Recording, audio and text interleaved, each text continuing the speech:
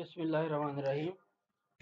Students, آج کا جو ہمارا ویک 12 کا لیکچر ہے، اس میں ہم جو ڈسکشن کریں گے اس میں سب سے پہلے جو ہم ڈسکس کریں گے وہ ہے سیکیورٹی ریکوائرمنٹ، جو ای کامرس ویب سائٹس کے بارے میں جو ریکوائرمنٹس ہیں سیکیورٹی کے ریلیٹڈ وہ ڈسکس کریں گے۔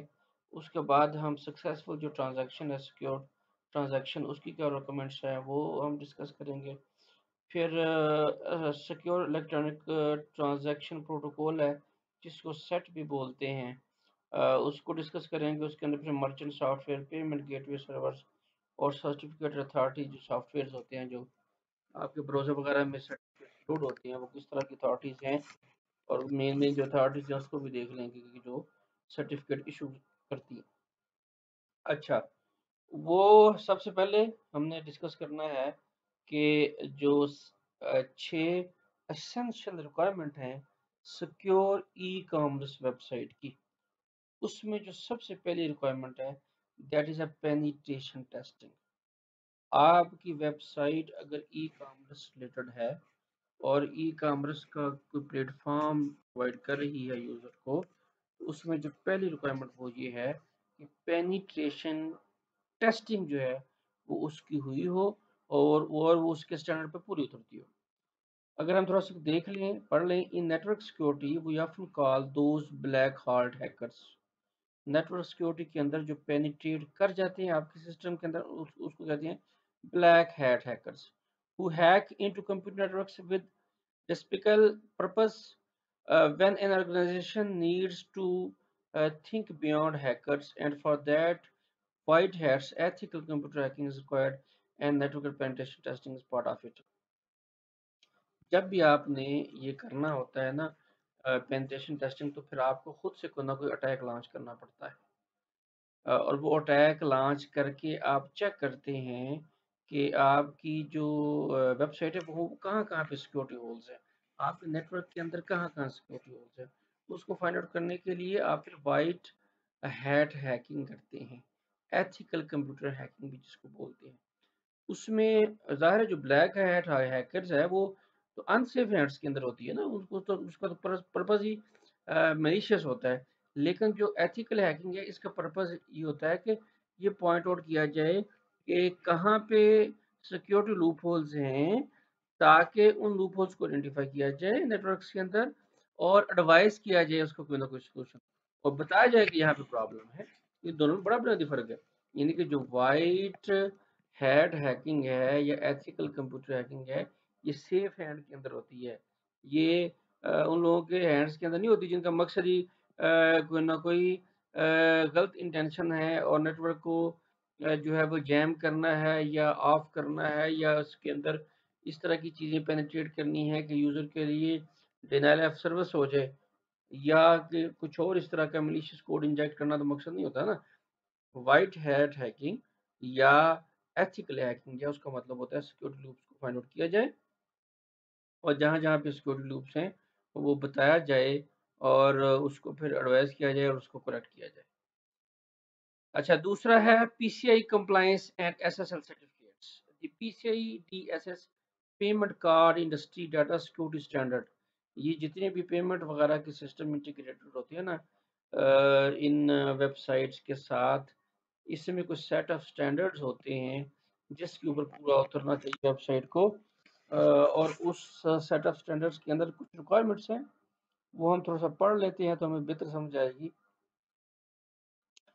That has set certain rules for merchants, those who transact payments online.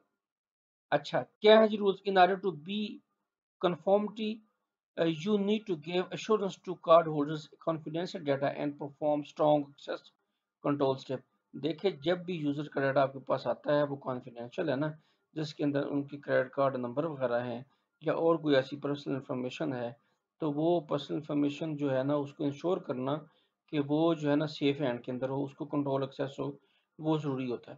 You must ensure P C I compliance even if you are using payment modules. بے شک آپ خود سے پیمنٹ انٹیگریٹ کر رہے ہیں یا کوئی ماڈیول لے کے اس کو انٹیگریٹ کیا ہوا ہے، یا ڈائریکٹلی آپ خود سے مینیج کر رہے ہیں، دونوں صورتوں میں This is also followed while using secure socket layers.